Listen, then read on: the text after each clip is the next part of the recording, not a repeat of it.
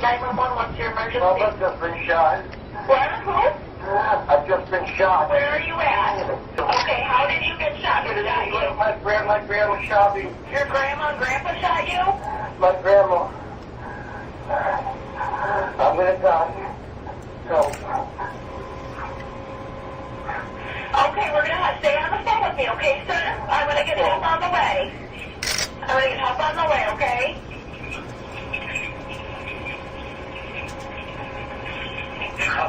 Hello? Where were you shot at? Where are you shot? Your chest? Okay, who, are your grandparents still there? No. Where did they go? I don't know. You don't know where they went. They shot you though, right?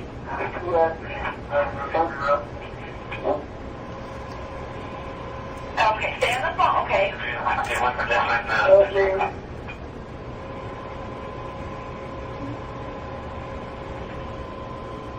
Okay, I know we got help on the way. I promise you that, okay? You said it's in your chest? Yes. Okay, did you get some kind of, can you walk or are you sitting? I'm sitting. Okay, I don't want you to move. Okay, just keep on breathing.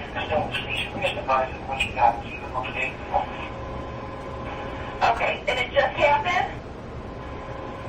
Are you there? Keep talking to me. Keep talking to me. Are you there? No. Can you keep talking? You can't keep talking to me? Are you there, sir? Sir?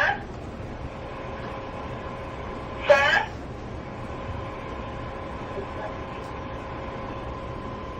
Hello?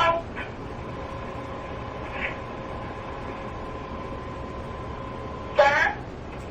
Did you just call from a neighbor? Someone wants to be with him, so he's not talking to me right now. No, I heard someone, but I don't know if it was him or not. Sir? Hello? Are you there?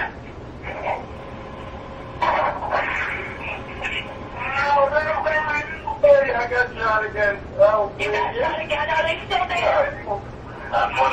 My stomach is Still there? Oh, yes. Please help. Oh, come on.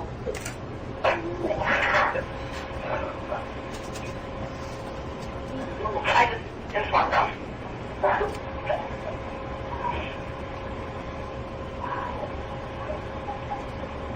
Sir?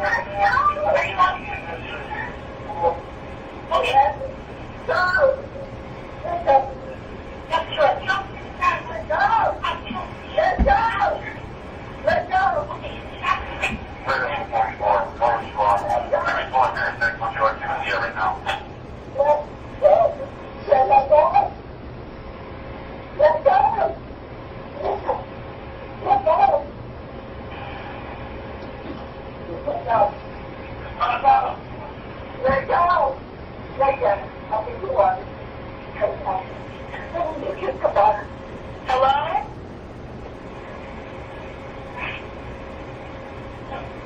Hello?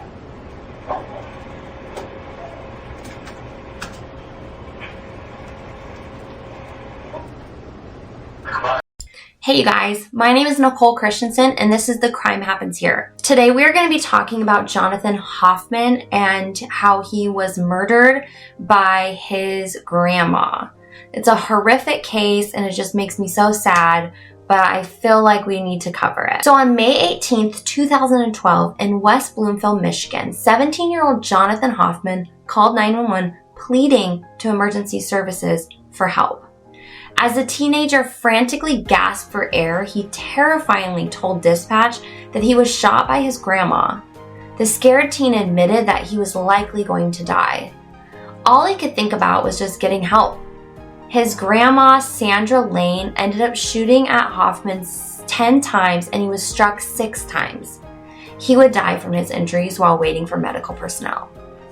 So at the time of his death, Jonathan lived with his grandparents. So his parents went through a really kind of rough divorce when he was in elementary school, but they made a concerted effort to live close to each other so that they could co-parent for the sake of their children. Maintaining that closeness and close proximity to each other was really important to them. So the family really loved Arizona, and they made it a yearly tradition to go to trips to Arizona. And the allure of Arizona was just so much that they decided to uproot from Michigan and fully relocate.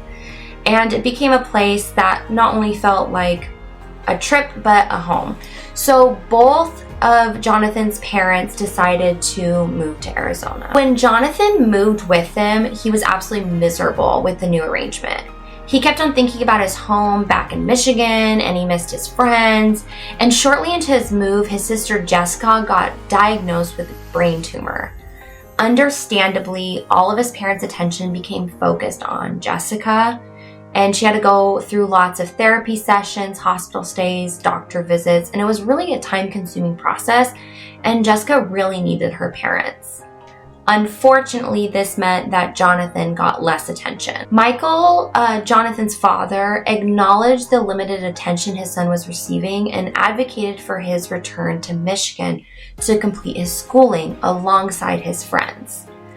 Despite Michael's desire for the family to stay together, he was met with resistance as Jonathan's mother supported the idea of the move. But the tension was that Michael didn't really want the move, but he knew it was probably the best. And there was lots of feuding back and forth. But however, they ended up calling Jonathan's grandparents and asked if Jonathan could come and stay with them, for which the grandmother said, sure, that should be fine. So Sandra Lane, Jonathan's grandmother, was 74 years old when she agreed to have the teen live with her so he could finish up his final year of high school. But clearly the situation was terrible and would end up being fatal. While in Arizona, Jonathan didn't show any signs of having drug or alcohol addictions, as noted by his father, Michael at least. However, a different narrative unfolded with Jonathan returned to Michigan, where he found himself entangled in drug-related troubles. Incidents included an arrest for drug possession and hospitalization after consuming mushrooms. Michael, preoccupied with hospital stays and therapy sessions for Jessica, faced the challenging decision to not being able to go visit Jonathan in the hospital personally. Unfortunately, this decision would later come under public scrutiny when news of Jonathan's tragic death emerged. The circumstances surrounding Michael's inability to be there for his son during this critical time became a focal point of public attention and discussion. So once Jonathan was released from the hospital after consuming mushrooms, he was placed on probation and had many rules that he needed to follow. One of those rules was that he couldn't be on any type of drugs or consume alcohol. Although he did have these strict rules, he didn't follow them. He continued to smoke weed regularly, and there was even synthetic marijuana found in his system on the day of his death. According to Lane, on May 12, 2012, Jonathan approached her and said that he needed money and he needed a car. He told her that he was afraid that he was going to fail probation and get sent to jail. So he wanted to run away and escape the area. In order to get out of town, he needed to have a car and money, but his grandma refused to provide him with what he asked for. Once she said no, she thought that he would be aggressive, so she went and got her gun. She said that she got the weapon because she knew that Jonathan was going to hurt her. That is when she began shooting. In her account, she felt like her life was in danger, and that is why she shot at him. She ended up shooting at him 10 times, and she was able to make contact 6 times. In the chilling 911 call, Jonathan tells dispatch that he is sitting down with at least 1 bullet wound in his chest. He repeatedly says help, while the woman on the other line reassures him that help is on the way. She tells him to keep on breathing because she can tell that he might be struggling to get air into his lungs. About 2 minutes into the phone call with 911, Jonathan goes quiet. The woman begins begging him to respond and tells him to keep on talking to her so she knows that he is okay. Dispatch is lost as to what to do and feels helpless as they try to make contact with the teen. After about 40 seconds of silence, Jonathan comes back on the phone and tells them that he got shot again. He begins saying ow, ow, and pleads for help. The boy is clearly in so much pain and just needs help, but the police have not arrived yet. Throughout the phone call, there is periodic incoherent yelling, and the boy dies while on the phone. When police arrived, Lane exited the home with her hands up in the air and told police officer that she had murdered her grandson. She was so open about her crime because she was certain that she wouldn't be convicted because it was self-defense. Lane was subsequently arrested for the death of her grandson and was charged with murder. In court, Lane admitted that she was afraid of her grandson and his friends. She felt like he was extremely dangerous and he was going to harm her in some way. However, there was no signs of anything physically happening to her, nor was there any proof that he was going to physically abuse her in any way. Lane claimed that she was so afraid of her grandson that in April 2012, 1 month before the killing, she went and purchased a gun. She then even went to the driving range to practice shooting so she could protect herself if she needed to use said gun. One of the biggest key pieces of evidence that ultimately convicted her of second-degree murder was that Jonathan could be heard pleading for help when she shot him again. He was also shot twice in the back, indicating he was running away from her. The jury had a tough time believing that it was actually self-defense. The prosecution painted Lane as a cold, calculated, and manipulative woman who was furious that her grandson was failing out of school and was upset that he was addicted to drugs. She had planned out his murder, she knew what she was going to do, and had all the intention to kill Jonathan. The jury was very interested in the fact that she killed Jonathan, and even after she knew that he was dying, she didn't leave the house, nor did she try to call an ambulance to get help for her grandson. Therefore, it appeared to the jury that she wanted him to die. She didn't want him to survive. Lane blamed the entire situation on Jonathan's parents. She couldn't believe that they wouldn't take him back to Arizona, even after showing a whole slew of behavior problems, including drug addiction. She said that his parents should have demanded he come back home because he was just too much for an elderly woman to handle. The jury deliberated for 2 days as they tried to decide whether or not Lane had killed her grandson due to self-defense or if she had taken his life in cold blood. When the jury read the verdict, Lane is seen mouthing the words, "Oh my God," to her attorney. Lane was charged with second-degree murder. In order to be sentenced to second-degree murder, they needed to prove that she intentionally killed her grandson. However, she didn't get charged with first-degree murder because they couldn't prove that she premeditated and planned out the murder beforehand. Lane was in disbelief about the verdict. She had always been open about the fact that she had shot Jonathan. She never denied her role in his death. But from the beginning, she had claimed that it was due to her fear and that he was going to hurt her if she didn't shoot him. Lane was sentenced to a minimum of 14 years in prison. Fred Lane, her husband, who was 87 at the time, really struggled with the verdict. He began crying as he learned that his wife would spend more than a decade in prison. His wife was a former teacher, mother of 5, and a grandmother of 9, including Jonathan Hoffman and his younger sister Jessica. Jonathan's mother said that she knows that her son is in heaven, but heaven will not be somewhere that her mother will be going. Michael, Jonathan's dad, said that Lane was really controlling.